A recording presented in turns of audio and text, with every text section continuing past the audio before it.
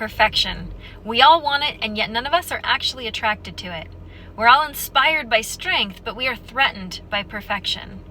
Why is this? Because perfection is the one thing that we all assume that everyone around us has met in one capacity or another, and yet we have not yet gotten a handle on it.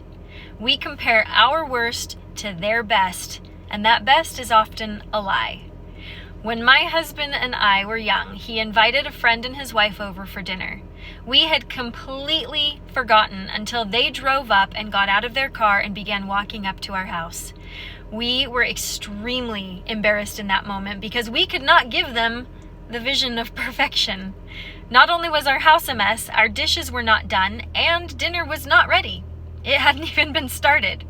We opened the door, invited them in, and sat for 30 to 45 minutes while we did the dishes, and then began to cook dinner so that we could enjoy a meal together.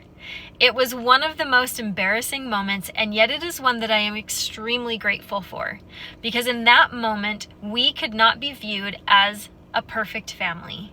We were viewed as human beings that lived in a home with young children that made messes and sometimes didn't do their dishes. That is how you build relationships. Showing your real self. Showing up no matter what mess is on your face or in your kitchen.